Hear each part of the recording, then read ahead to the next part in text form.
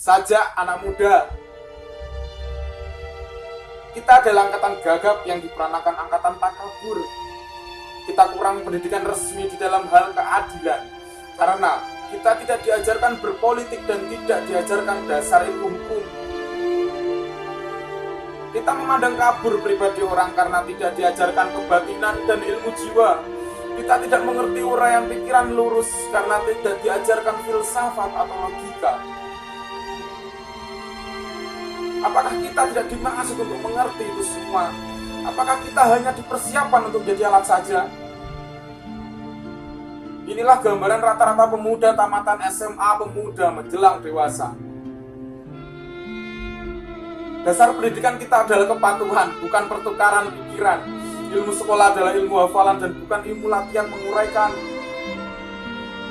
Dasar keadilan tentang pergaulan serta pengetahuan akan kelakuan manusia sebagai kelompok atau pribadi tidak dianggap sebagai ilmu yang perlu dikaji dan diuji. Kenyataan hidup menjadi remang-remang, gejala-gejala yang muncul lalu lalang tidak bisa kita hubungkan. Kita marah pada diri sendiri, kita sebel terhadap masa depan. Lalu akhirnya kita menikmati masa bodoh dengan santai.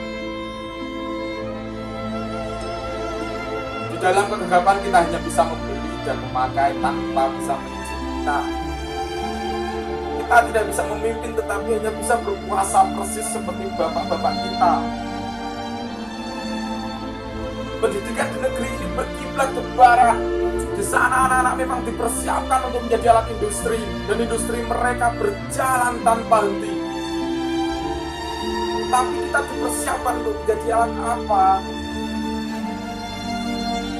Kita dipersiapkan untuk menjadi alat birokrasi dan birokrasi menjadi berlebihan tanpa kegunaan menjadi benalu indahan. Gelap, pandanganku gelap. Pendidikan tidak memberikan pencerahan, latihan-latihan tidak memberikan pekerjaan. Gelap, keluh kesahku gelap. Orang-orang hidup di dalam pengangguran. Apakah yang terjadi di sekitarku ini? Karena tidak bisa kita tafsirkan, lebih enak kita lari ke puisi ganja. Apakah tanda-tanda yang rumit ini? Apakah ini? Apakah ini? Oh, di dalam kemabukan wajah berdarah akan terlihat sebagai bulan.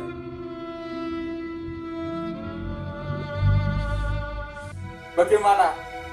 Apakah kita terima hidup seperti ini? Seseorang berhak diberi jasa dokter, dianggap sebagai seorang yang terpelajar, tanpa diuji pengetahuannya akan keadilan, dan bila ada kirani merajalela, dia diam tidak bicara, kerjanya hanya menyuntik saja. Bagaimana? Apa kita diam saja? Mahasiswa-mahasiswa ilmu hukum dianggap bendera-bendera upacara, sementara hukum dikhianati berulang kali. Mahasiswa-mahasiswa ilmu ekonomi dianggap bunga plastik, sementara terjadi kebangkrutan dan banyak korupsi.